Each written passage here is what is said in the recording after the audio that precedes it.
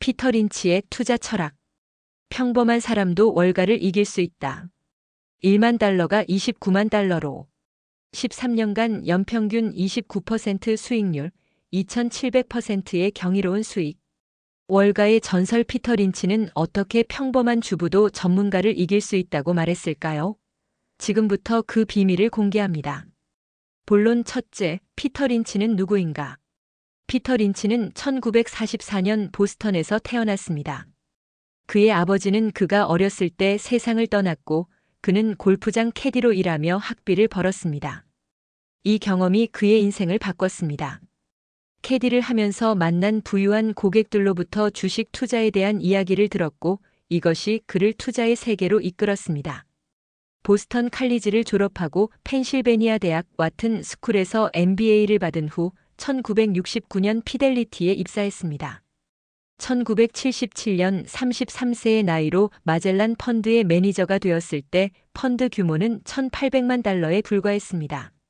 하지만 그가 1990년 은퇴할 때 펀드 규모는 140억 달러로 성장했고 이 기간 동안 무려 2700%의 수익률을 달성했습니다. 둘째, 자신이 아는 것에 투자하라.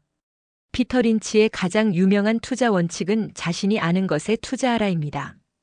그는 전문가들이 가진 복잡한 분석 도구보다 일상생활에서 얻는 통찰이 더 가치 있을 수 있다고 믿었습니다. 그의 대표적인 성공 사례가 던킨 도너츠입니다. 아내가 던킨 도너츠를 좋아한다는 사실을 알게 된 린치는 매장을 직접 방문했습니다. 항상 붐비는 매장, 회전율이 높은 테이블, 재구매하는 고객들을 보며 이 회사의 잠재력을 확신했습니다. 재무제표를 분석한 결과도 긍정적이었고 그는 과감하게 투자했습니다. 결과는 대성공이었습니다. 또 다른 사례는 헤인즈입니다. 그는 슈퍼마켓에서 헤인즈 속옷 제품이 항상 품절되는 것을 발견했습니다.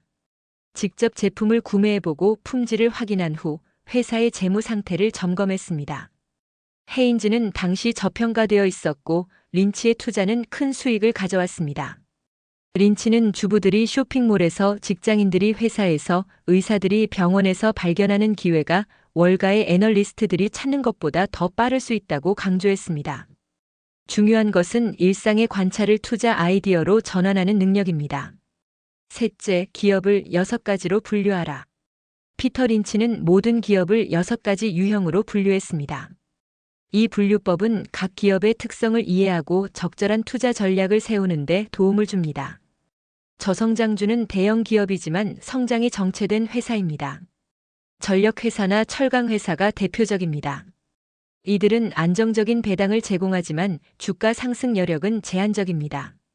대형 우량주는 코카콜라나 존슨 앤 존슨 같은 기업입니다. 연간 10에서 12%의 안정적인 성장을 보이며 경기 침체에도 강합니다. 포트폴리오의 핵심이 될 수 있지만 폭발적인 수익을 기대하기는 어렵습니다. 고성장주는 린치가 가장 좋아한 유형입니다. 연간 20에서 25% 이상 성장하는 소형 기업들로 새로운 제품이나 서비스로 시장을 개척합니다.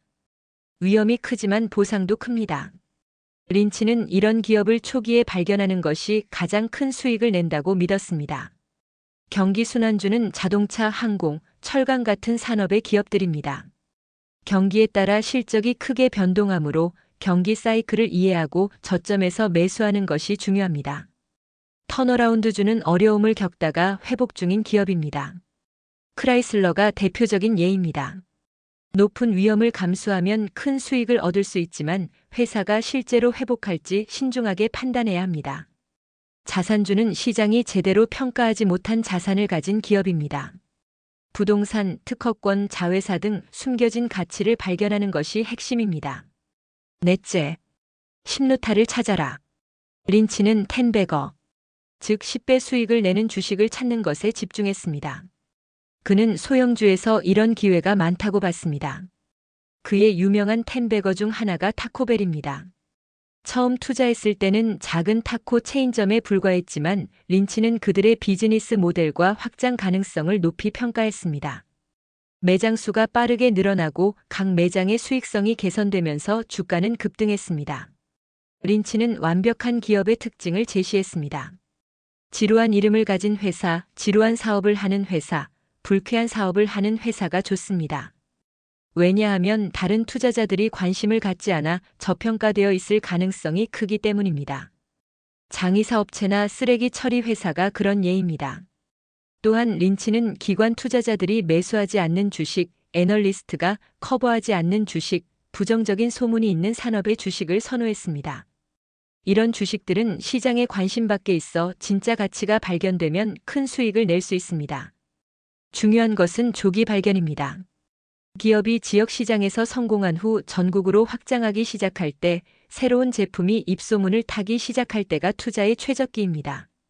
5번째, 재무제표 읽기의 중요성. 린치는 일상의 관찰만으로는 충분하지 않다고 강조했습니다. 반드시 재무제표를 확인해야 합니다. 그는 재무제표에서 몇 가지 핵심 지표를 중점적으로 봤습니다. 주가수익 비율 PER은 가장 기본적인 지표입니다. 린치는 PER이 기업의 성장률과 비슷하거나 낮을 때 매력적이라고 봤습니다. PER이 성장률의 절반이면 매우 저평가된 것이고 2배를 넘으면 고평가된 것입니다. 부채 비율도 중요합니다. 린치는 부채가 적고 현금이 많은 기업을 선호했습니다. 특히 순현금이 주가의 상당 부분을 차지하는 기업은 안전 마진이 크다고 봤습니다. 자기자본 이익률 ROE는 경영진의 자본 활용 능력을 보여줍니다. 15% 이상의 ROE를 지속적으로 달성하는 기업은 경쟁 우위가 있다는 신호입니다. 잉여 현금 흐름은 실제로 회사에 현금이 쌓이고 있는지 확인하는 지표입니다. 회계상 이익이 나도 현금 흐름이 마이너스라면 문제가 있을 수 있습니다. 린치는 또한 재고자산 회전율을 중요하게 봤습니다. 재고가 급증하는데 매출이 정체되면 위험 신호입니다. 반대로 효율적인 재고 관리는 좋은 경영의 지표입니다. 6번째, 주식을 팔아야 할 때 매수만큼 중요한 것이 매도입니다. 린치는 여러 매도 시점을 제시했습니다. 첫째, 투자 논리가 깨졌을 때입니다. 처음 투자할 때 세웠던 가설이 틀렸다면 즉시 손절해야 합니다. 예를 들어 신제품이 실패하거나 경쟁자가 나타나 시장 점유율을 빼앗기면 보유 이유가 사라집니다. 둘째, 기업이 근본적으로 변했을 때입니다. 경영진이 바뀌어 방향성이 흐려지거나 무리한 인수합병으로 재무구조가 악화되면 매도를 고려해야 합니다. 셋째, 더 좋은 투자처를 발견했을 때입니다. 린치는 항상 새로운 아이디어를 찾았고 더 매력적인 기회가 나타나면 기존 주식을 팔고 갈아탔습니다. 넷째, 주가가 목표에 도달했을 때입니다. 하지만 린치는 단순히 가격 목표만으로 팔지 않았습니다. 기업이 여전히 성장하고 있다면 계속 보유했습니다. 그의 가장 큰 실수 중 하나가 좋은 주식을 너무 빨리 판 것이었습니다. 다섯째, 시장 점유율이 포화 상태에 이르렀을 때입니다. 고성장주가 성숙 단계에 들어서면 성장률이 둔화됩니다. 이때는 다음 고성장주를 찾아야 합니다.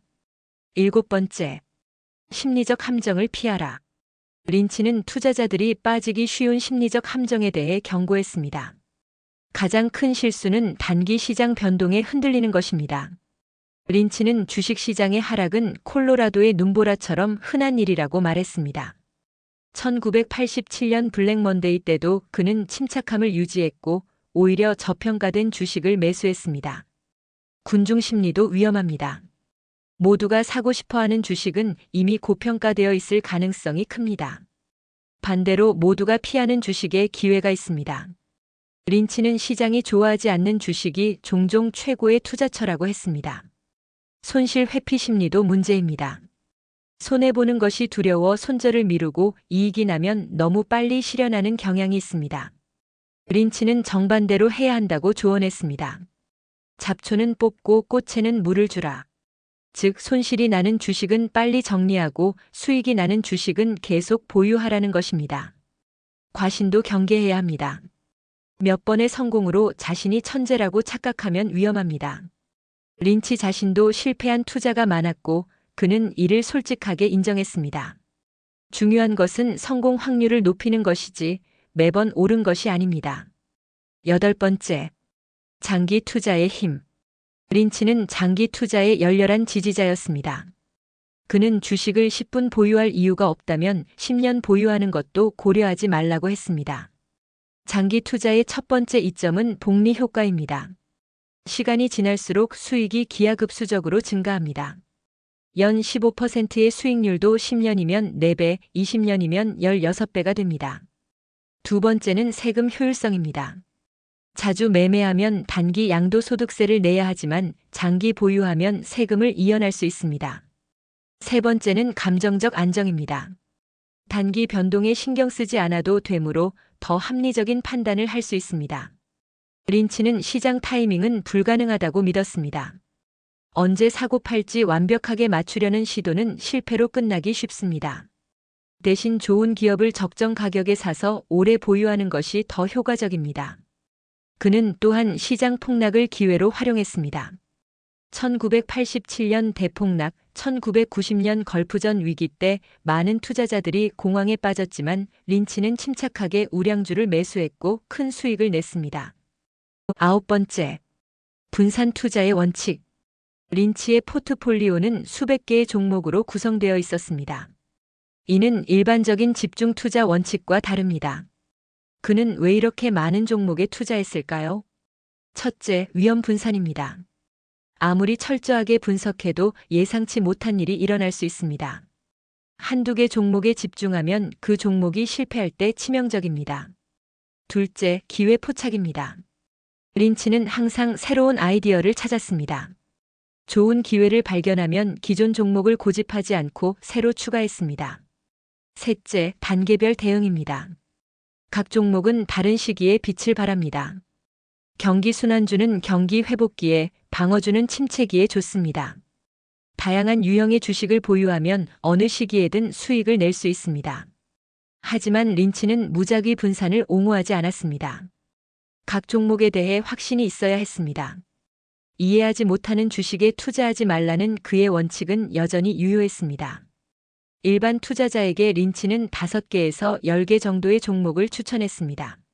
너무 적으면 위험하고 너무 많으면 관리가 어렵습니다. 중요한 것은 각 종목을 제대로 이해하고 추적하는 것입니다. 10번째, 피터 린치의 유산. 1990년 린치가 은퇴했을 때 그는 46세였습니다. 일찍 은퇴한 이유는 가족과 시간을 보내기 위해서였습니다. 그의 선택은 삶의 균형이 얼마나 중요한지 보여줍니다. 은퇴 후에도 린치의 영향력은 계속되었습니다. 그는 전설로 떠나는 월가의 영웅을 비롯한 여러 책을 썼고 이 책들은 수백만 명의 투자자들에게 영감을 주었습니다. 그의 철학은 단순하지만 강력합니다. 평범한 사람도 충분히 좋은 투자자가 될 수 있다는 믿음입니다. 린치는 전문 펀드 매니저의 70-80%가 시장 수익률을 이기지 못한다는 사실을 지적했습니다. 그렇다면 개인 투자자는 어떻게 해야 할까요? 그의 답은 명확합니다.